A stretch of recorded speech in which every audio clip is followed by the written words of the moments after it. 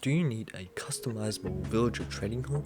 And all trades are 1 emerald? Today I'll be showing you multiple designs, layouts, and themes for your trading hall, and zombify them for 1 emerald trades, and a super easy method to transport villagers to make your friends gaze in amazement. So check out the chapters of this video if you want to learn something specific, but I recommend watching all the way through. If you want to skip planning and just build the mechanism, skip to 420. So to start off, you'll need to plan all of this out. This is important because this will determine how you want your training hall to look. Okay, so first step is to plan out your area or layout. The layout is where all of your villagers will be placed. You can do this layout, or even this layout. The villager heads represent each villager, the lectern, the job block, and so on. I used this layout for this design, this layout for this design, and this layout for this design. So here are some of the other layouts. I'll put a link down in the description for the image.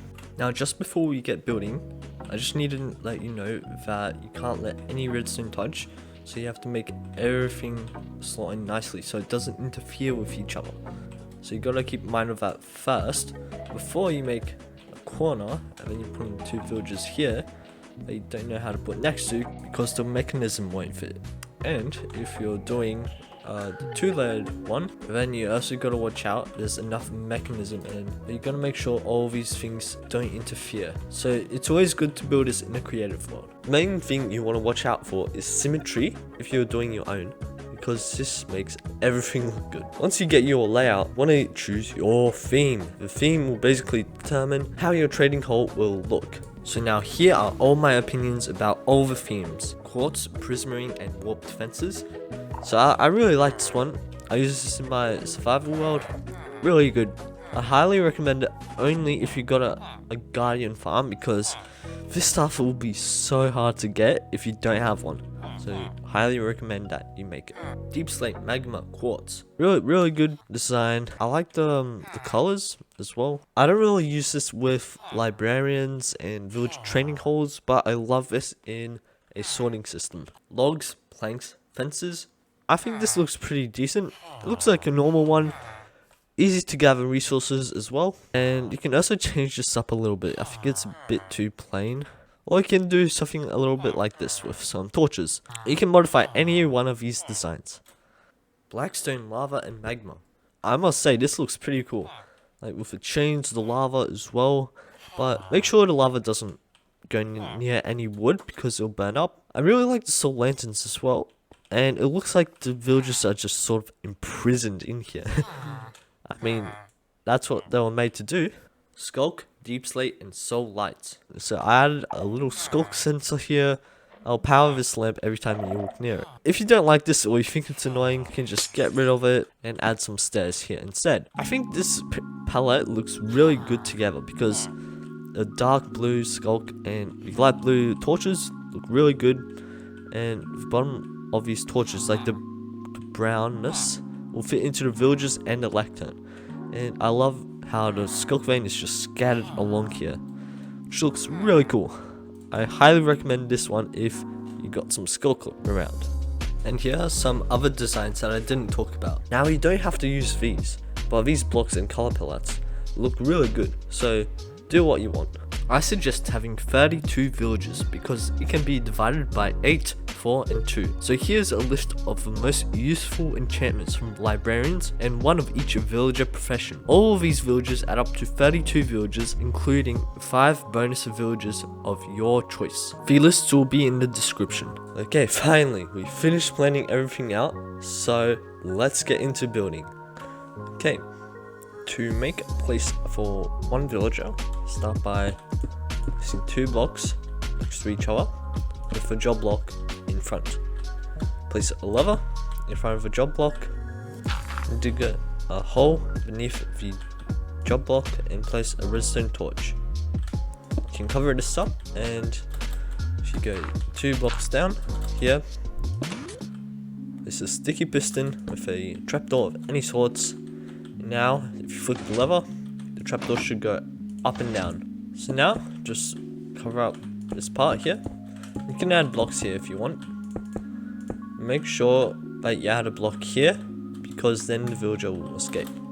Now we need to make a place for our zombies. So if we just flip the lever down low and then dig a block down, that's where our zombie will be walking. So over here. So make sure you place a block here. This is very important, so that the villager won't escape and that the zombie won't attack the villager all the time. And just flip this up again. So this is the most basic zombification chamber there is.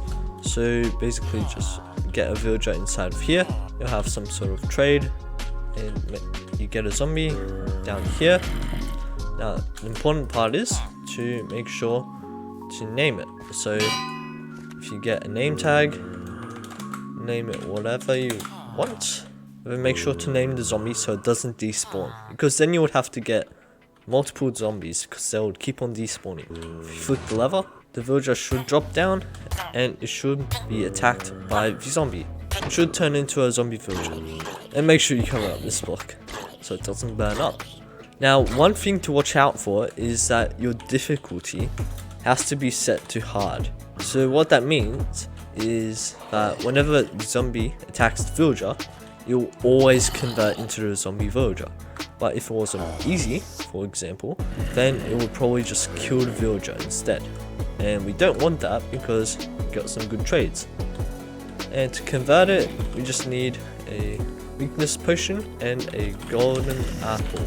We throw the potion of weakness and we give him the golden apple. And you should, in about 5 minutes, start to change back to a villager.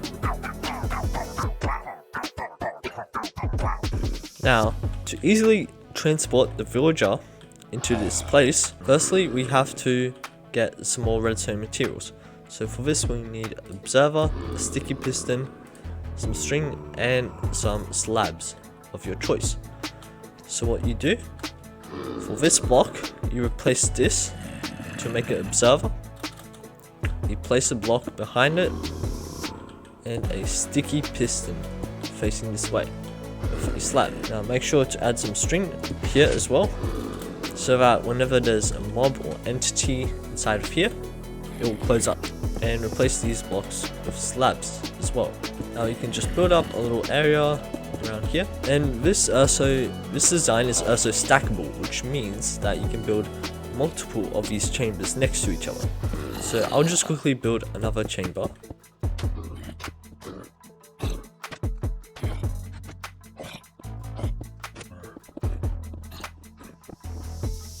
So this is what it would look like if there were multiple stacked together. And another thing to note, you do not need a zombie per villager, because the zombie can just walk around and whichever drops down first will be the one that it attacks. And as you can see, our librarian has converted and the trades are much cheaper now.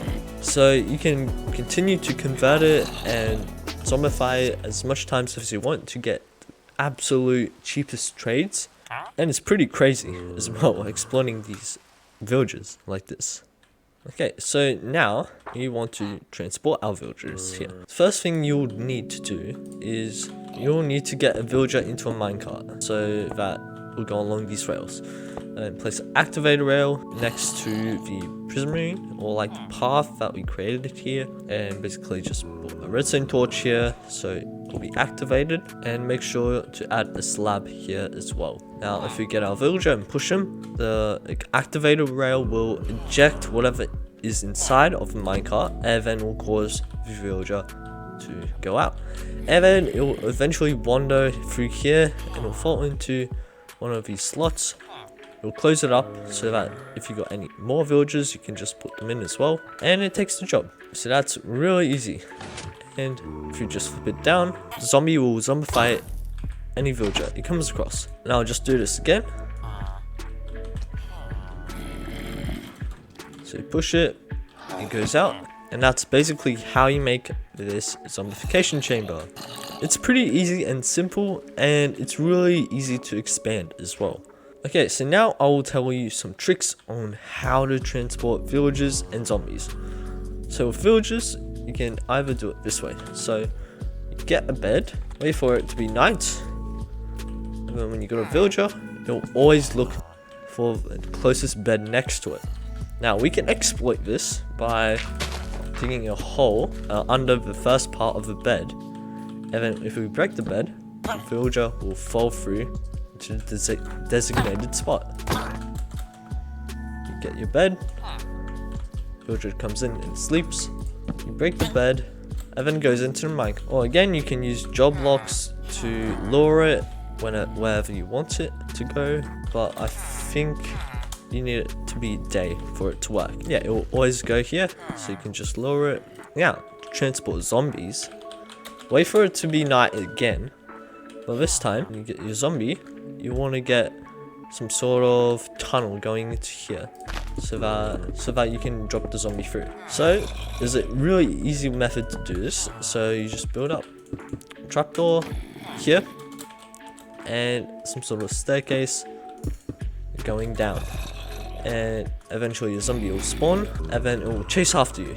So yeah, I don't think you can die like this, but you just go up here. Okay, yeah, and it will chase you through here, and it will think that this trapdoor is a block, so it'll walk through, but then it will just end up falling through the hole. And of course, if you want to, you can break this if you already got your zombie, and that's a very easy method on how to transport a zombie. And villagers as well, very easy method to transport, so don't hassle around getting villagers. And if you're transporting villagers from a village, I suggest just using a boat. It's much easier.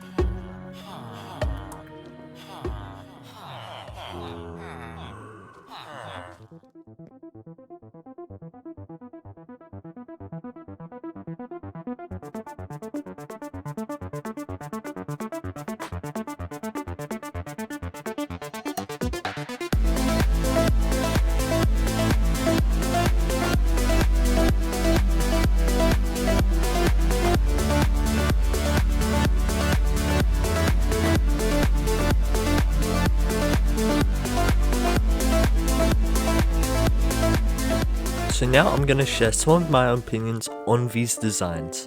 Now, doesn't this look cool? I must say. And as you can see, I added some lamps here, some skulk sensors on the top here, so that whenever you move, they light up in a line sort of fashion. Now, I really like this design because firstly, it's quite compact, so if you can go up here, it doesn't take up as much space. I also like it because you can reach every single villager quite easily. So you can go here, and then if you need to go to a villager, you just run over here super quick. So I really like this layout and this theme. I also really like it's simplistic and I love it. Now just for the redstone, you just add a skulk sensor, redstone and repeaters along with the lamps. Now always make this in a creative world because firstly you can actually test out everything and how they'll fit. So you got your villagers and you know the mechanism behind them. So I actually did stuff up on this. I put the villagers here. I'm just letting you know that it's just easier to create this in a creative world and then change it if it goes wrong, rather than to build it in survival and build it all wrong and you have to completely restart. Now the next one is the Blackstone one. So this is actually entrance. So well, how do I get through it? Well, there's actually a button here that you click and just wait for the lava to go down slowly. See, there's a button there, but you can't see it through the lava. Very bad parkour. And so you go in here and look at this place. Almost looks like a prison. So we got our chests and everything here. We got all 32 villagers, which is nice, and some lava, and using the chains and the blackstone as the theme. And also got a lava down here under glass. If you go up here, there's even more villagers, all with their mechanisms. Now what you can also do, you can just build up like a gold stash, something like here, just to prove that you're quite rich, because you own this area and you enslave villagers. And so I used this layout, and I used the blackstone theme. And the redstone for door, I bet anyone could do this. It's just a button, redstone, some droppers, with buckets of lava. It's that easy. Now the next one is just a more simplistic villager huts, orphanage if you like to call it. In this one is basically some doors, big long corridors, villagers on the sides selling different books, and almost looks like a mine shaft, but no stone of course. And I really like it. It's just really compact and nice. Although you have to go to one building to another to trade with different villagers, you can just do a thing which I forgot to do. You can just cut it through down the middle and make a little path. So that's a different layout you could use. Well, otherwise I like this theme. It's very good and it's so easy to get and make, because it's just wood. You just need to farm lots of wood. That's basically it. You just need a flat area. Now one thing that makes this different from all the others is probably the simplest to build. You can actually see that the villagers are all here, and if you go inside here, it's all just 4 blocks apart, and all the villagers are here. And for this design you only need 3 zombies, and over here the mechanism is just way simpler. You just need to put in some observers and pistons facing each other. But probably the simplest design, and you just repeat the same thing on this side as well. And I even added some windows so you can see their faces. Now what a video this was. Lots of planning. If you really enjoyed this video and actually found it useful and want to build your own villager training hall, I strongly suggest you subscribe. We're at 95 subscribers right now. Just need 5 more and we get 100. Yes, smash that like button and like the video. That's what everyone says.